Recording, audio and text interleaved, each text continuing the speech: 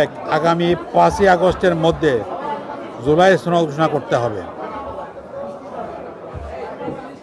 2, fascist সরকারের সকল খুন, গুম, গণহত্যা, অপকর্মের দ্রুত বিচার করতে হবে।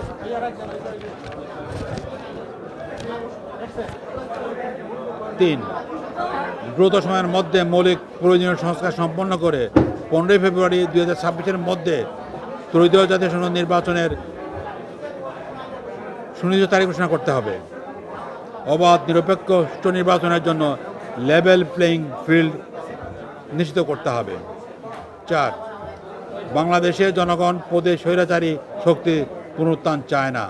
সেক্ষেত্রে ফ্যাসিবাদ বিরোধী সকল রাজনৈতিক দলকে ঐক্যবদ্ধ ও দায়িত্বশীল ভূমিকা পালন করার আহ্বান জানাচ্ছি। একই সাথে খেলাফত মঞ্চ মনে করে রাজনৈতিক ভিন্নমত, সমালোচনা ও প্রতিযোগিতা সৃজনশীল রাজনীতির অংশ, তবে বিভাজন, বিভেদ, প্রতিহিংসা ও পারস্পরিক অশোভন ভাষায় আক্রমণ সুষ্ঠু রাজনৈতিক সংস্কৃতি নয়, বরং জাতীয় ঐক্য বিনষ্টের কারণ হতে পারে। 5, বাংলাদেশের রাজনীতি ইসলামী শক্তির শক্তিশালী ভূমিকা পালনের লক্ষ্যে ইসলামী দল ও মস্তক সময়ের ঐক্যের উপর সবিশেষ গুরুত্ব দিয়ে আসন্ন জাতীয় সংসদ নির্বাচনের প্রতিটি আসনের বিপরীতে একজন মাত্র প্রার্থী দেওয়ার প্রচেষ্টা অব্যাহত রাখার দৃঢ় সংকল্প ঘোষণা করছে। 6, খেলাফত মজলিস ত্রয়োদশ জাতীয় সংসদ নির্বাচনে আগস্ট মাসের মধ্যে 300 আসনের পর্যায়ের প্রার্থী ঘোষণার সিদ্ধান্ত গৃহীত হয়।